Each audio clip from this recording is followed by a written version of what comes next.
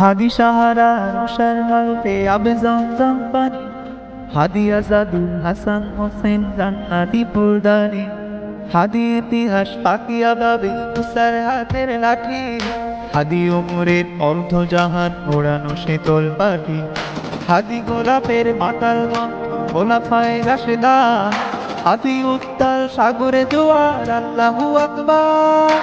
আবু বকরের সিদ্দিক থেকে আলোর ঝর্ণা এনে হাদি জেগেছিল তরুণ আলীর সাহসের সুরে।